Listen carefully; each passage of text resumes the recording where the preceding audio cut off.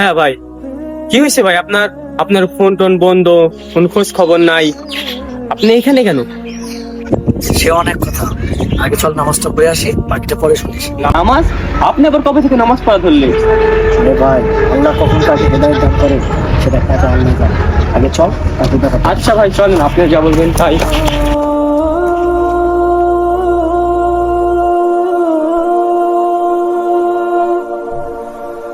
Hmm.